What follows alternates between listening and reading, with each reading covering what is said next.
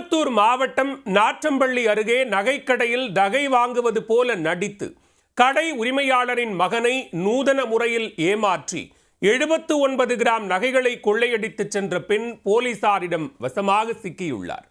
திருடிவிட்டு நேக்காக தப்பிச் சென்ற பெண் சிக்கியது எப்படி?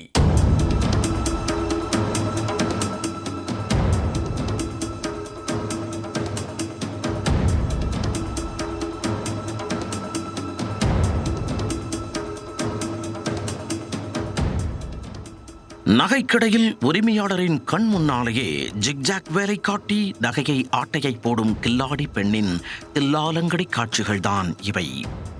பார்த்து கொண்டிருக்கும் போதே 79 கிராம் நகைகளை நைசாக நகற்றிச் சென்ற கேடி பெண் யார்? ஏற்கனவே ஏகப்பட்ட திருட்டு வழக்குகளில் சிக்கி சிறை பறவையாக வலம் வந்த திருட்டு ராணி சிக்கியது எப்படி? திருப்பத்தூர் மாவட்டம் நாற்றம்பள்ளி சந்தை தெரு பகுதியில் விநாயகம் என்பவர் நகைக்கடை வைத்து நடத்தி வருகிறார். கடந்த 1ஆம் தேதி விநாயகம் தனது மகனான சச்சின் என்பவரை கடையில் விட்டுவிட்டு திருப்பத்தூருக்கு தனது சொந்த வேலைக்காக சென்றுள்ளார். அப்போது அந்த கடைக்கு வந்த பெண் ஒருவர் தனக்கு கம்மல் வேண்டும் என கூறி நகைகளை காண்பிக்குமாறு கேட்டுள்ளார். சச்சின் கடையில் இருந்த நகைகளை எடுத்து மேசையின் மீது வைத்து ஒவ்வொன்றாக எடுத்து காண்பித்துள்ளார். அப்போது இது சரியில்லை, அது சரியில்லை என ஒவ்வொரு நகையாக விரலை வைத்து ஒதுக்கி பார்த்தவர் கண்ணிமைக்கும் நேரத்தில் ஒரு டப்பாவில் இருந்த நகைகளை பாலித்தீன் பையோடு எடுத்து சேலையில் சொருகிக் கொண்டார். அதில் சுமார் 79 கிராம் நகைகள் இருந்துள்ளன. சச்சின் பார்த்து கொண்டிருந்த போதே தன் கைவரிசையை காட்டியுள்ளார் அந்த பெண். பின் தனக்கு எந்த டிசைனும் பிடிக்கவில்லை என கூறி அங்கிருந்து சென்று விட்டார். பின்னர்தான் நகைகள் காணாமல் போனது குறித்து சச்சினுக்கு தெரிய வந்துள்ளது. அது குறித்து சச்சின் தனது தந்தையிடம் கூற, அவர் கடையில் இருந்த சிசிடிவி காட்சிகளை ஆய்வு செய்தபோது பெண் திருடிச் செல்லும் காட்சிகள் பதிவாகியிருப்பதை கண்டுபிடித்தார்.